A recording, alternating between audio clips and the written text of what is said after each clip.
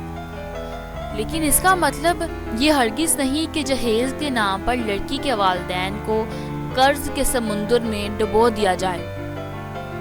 اگر غور سے مطالعہ کیا جائے تو آج کل انسان ایک سائنسی دور سے گزر رہا ہے۔ بالخصوص ہمارے معاشرے میں غریبوں کی کوئی اہمیت نہیں، وہ محض رینگتے کیڑے مکوڑے ہیں جنہیں ہر کوئی مسلتا ہوا آگے نکل جاتا ہے۔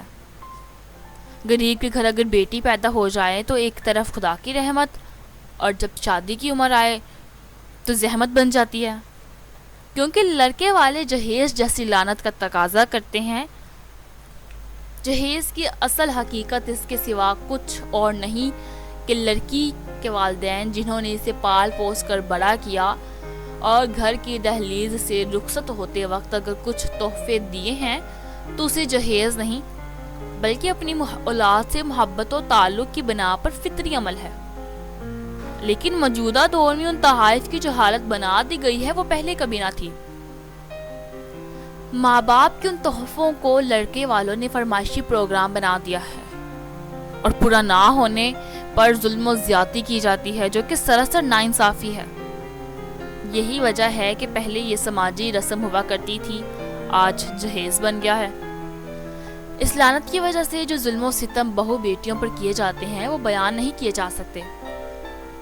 علماء کرام و مفتیان اعظام کو چاہیے کہ جیسے رات گئے شادی بیاہ اور شور و گل پر پابندی عائد کی ہے، ویسے ہی ایک قانون بنایا جائے جس سے جہیز لینے دینے کو جرم قرار دیا جائے، اور جو اس جرم کا ارتکاب کرے گا اس سے شرعی گرفت اور بھاری جرمانے کیے جائیں، تاکہ ایسا کوئی آئندہ گھنونا مطالبہ نہ کرے۔ اس کو ختم کرنے کے لیے سخت کارروائی کی ضرورت ہے۔ معاشرے میں جہیز جیسی لعنت کو ختم کرنے کے لیے والدین کو بھی سختی سے عمل کرنا ہوگا۔ وہ عہد کریں کہ نہ جہیز دیں گے اور نہ لیں گے۔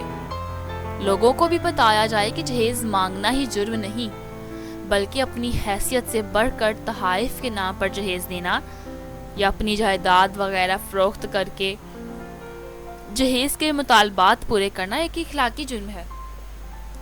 ہمارے معاشرے میں جہیز کے علاوہ بہت سی غیر اسلامی رسمیں بھی پائی جاتی ہیں، جن کی وجہ سے سماج میں زبردست بے چینی بڑھ رہی ہے۔ عمرہ کے لیے تو کوئی بات نہیں، لیکن غریبوں کے لیے بیٹیاں مصیبت ثابت ہو رہی ہیں اور ہزاروں لڑکیاں اس ناسور کی بھینٹ چڑھ رہی ہیں، خودکشی کرنے پر مجبور ہو رہی ہیں۔ جہیز کا لین دین غیر اسلامی ہے۔ اس گھنونی غیر اسلامی رسم کو ختم کرنے میں نوجوان اہم رول ادا کر سکتے ہیں اگر یہ چاہیں۔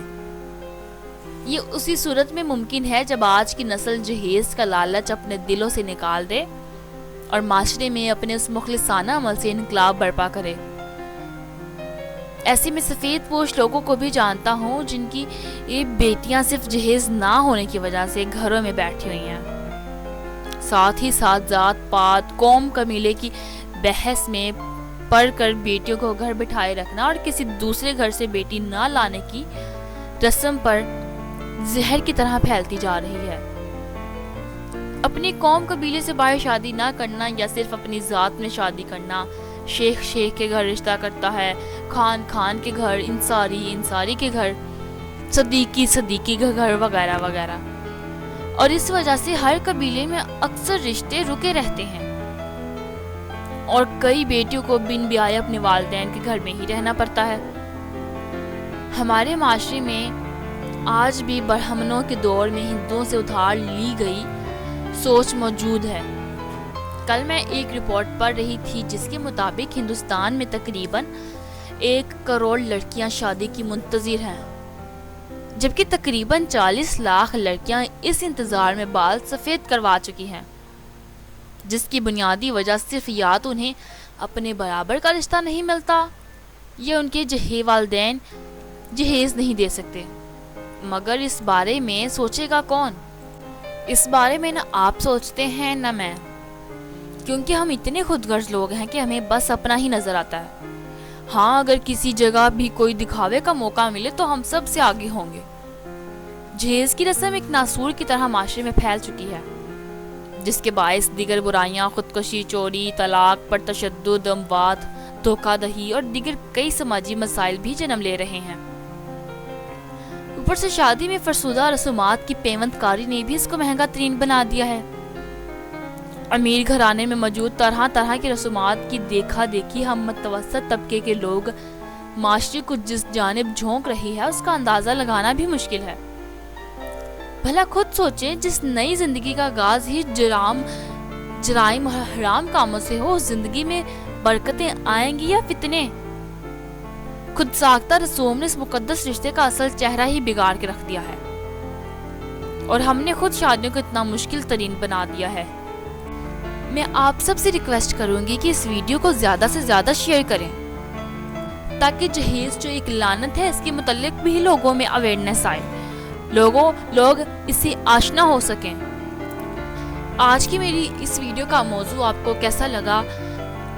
کمنٹ میں اپنی قیمتی رائے کا اظہار ضرور کریں، اور چینل سبسکرائب کرنا مت بھولیں۔ لائک کریں، کمنٹ کریں، شیئر کریں، اپنی دعاؤں میں یاد رکھیں۔ اللہ حافظ۔